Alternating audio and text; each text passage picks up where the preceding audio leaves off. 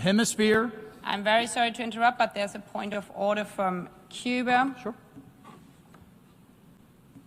Madam President, yes. Yes, we have to give the floor to the point of order and the representative of Cuba. Artículos 71 y 60.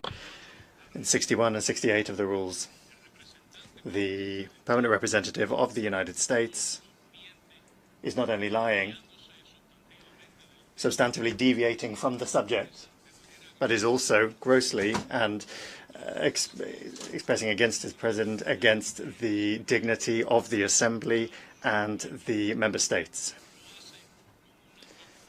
He is doing so in an uncivilized, crude and gross way that is not acceptable in this democratic forum.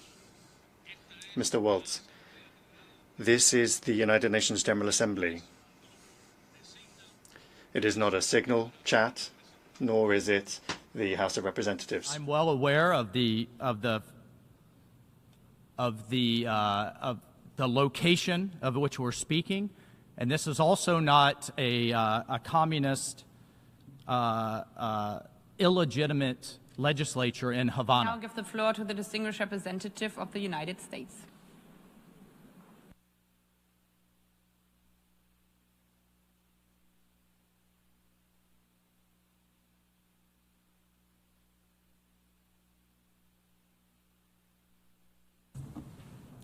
Thank you, Madam President, and thank you, members of the General Assembly.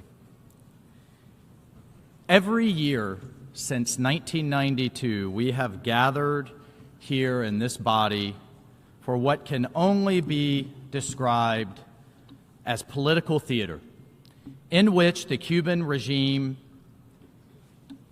tries to convince itself, tries to convince its international supporters, and tries to convince the Cuban people that the world holds it blameless for its attacks on the fundamental freedoms of its citizens and for the abysmal, despicable economic consequences of its policies. Some of you, many of you, frankly, some as recently as this morning, tell us privately that since the regime cares so much about this vote, that you just want to appease it. You just want to kind of go with the flow and go with the crowd. That's what you tell us privately. But, colleagues, let me suggest today that you do something different this year. The United States and the Trump administration wants to set the record straight when it comes to this resolution and to correct the fake news, the misinformation, and this false reality the regime seeks to create year after year with this vote. The facts are this is an illegitimate and brutal regime that seeks to cast itself as the victim of aggression while plainly describing itself as, quote, the enemy of the United States. It's located just 90 miles off our shore. It conspires and it collaborates with enemies and adversaries of the United States against our interests. The facts are that this regime supports terrorist organizations around the globe. It is allowing mercenaries to fight in the war in Ukraine. It's propping up the Venezuelan regime, and it aids cartels. The facts are that these cartels that it props up are trafficking people, drugs, and weapons, and is aiding and abetting instability in our hemisphere. They undermine democracies in our hemisphere. I'm very sorry to interrupt, but there's a point of order from Cuba. Sure. Madam President, yes. Yes, we have to give the floor to the point of order and the representative of Cuba. Artículos 71 y 60.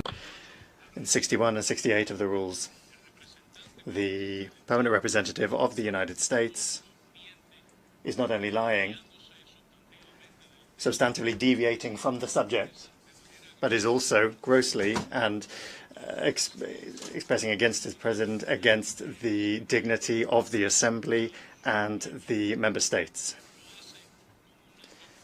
He is doing so in an uncivilized, crude, and gross way that is not acceptable in this democratic forum.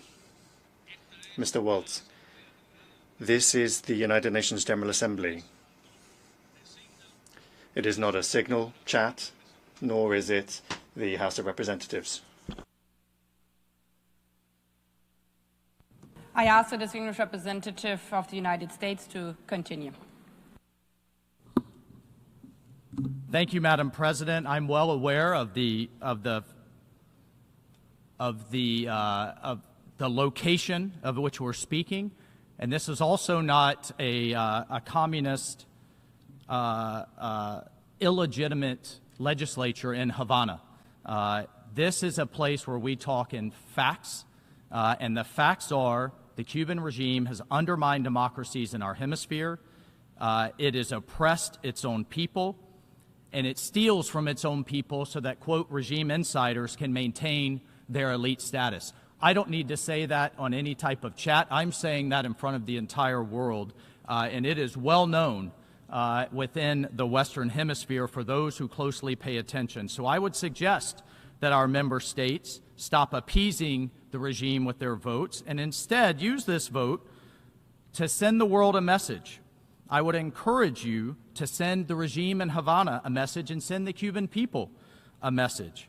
Stop using this vote to blame them and blame all of its economic problems on the United States. No government in history has ever made a communist economy work.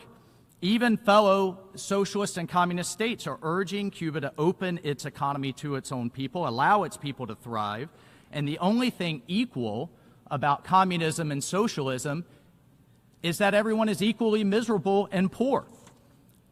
And so just to correct the record, and colleagues, please hear me on this term blockade, on this term embargo, the United States has always allowed Cuba to import food, to import medicine, and to import humanitarian goods. In fact, last year in 2024, the United States exported.